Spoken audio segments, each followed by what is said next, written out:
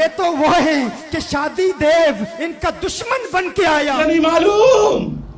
मुझे नहीं मालूम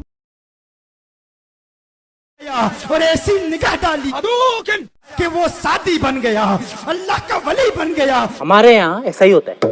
उधर अजय पाल आया, ख्वाजा गरीब नवाज की बारगाह में आया, दुश्मन था। ऐसा कर्म किया, ऐसी निगाह डाली, दिल की दुनिया आबाद कर दी, चंद लम्हों में वली बना दिया। शाबाश। वो कहता है आलम बातिन में मैं देखता हूँ गरीब नवाज आगे परवाज कर रहे हैं, मैं गरीब नवाज के पीछे उड़ रहा हूँ। भाषण कुछ ज्यादा नहीं हो गया ये? मतलब फरिश्ते कहते हैं रुक जा अजय पाल, कहाँ जा रहा है? नहीं बताऊंगा। कहा अरे ये न देखो मैं अजय पाल था, ये देखो किसके दामन से वाबस्ता हूँ, मैं गरीब नवाज के दामन से वाबस्ता हूँ। तो क्या नाचो मैं?